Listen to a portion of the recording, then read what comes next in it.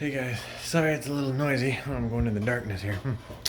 Making some popcorn while I got power. But for all of y'all that don't have power right now, one trick I found to keep your fish from freezing. My fish tanks were getting way too cold. It was only 40 degrees in my house. And I was losing a lot of fish. Tried a lot of stuff to try to keep them alive and keep them warm.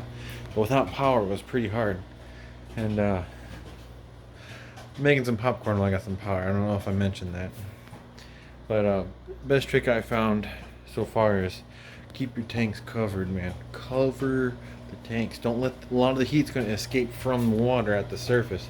So you want to cover that to trap heat in it. Number two, if you have hot water, you can either get hot water out of your faucet, or if you can boil hot water some way. While there, I was using the fireplace.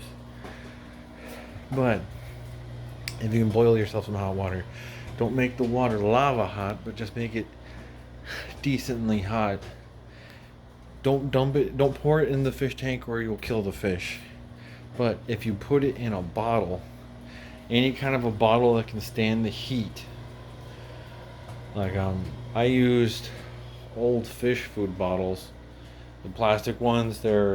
I forget the brand, but they were old plastic fish food bottles. Put the fish food in there. Put the hot water in those, and then put them in the fish tanks, and just let it sit in the water, and you'll see all the fish gather around and trying to get that heat from them. That way, the heat slowly dissipates into the water, and you don't shock and fry your fish.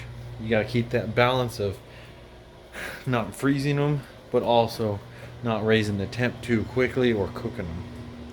But that's an easy way to do it. Kind of the idea I had behind it is, we put fires in our houses, but we keep it in a metal box to keep us from dying. If we just put a fire in the room, we would die. Yeah, it would warm us up, but we wouldn't survive. So, it's kind of like the same with the fish. If you throw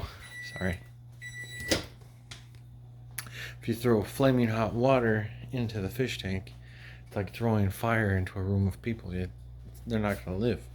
But if you take the same fire and you put it in a fireplace and keep it contained, it'll give heat and keep those people alive. So that's what we got to do, guys. If you're in a really tight pinch, that's a way to get quickly heat up. Well, not quickly. It'll take a while, but it'll heat up your tanks.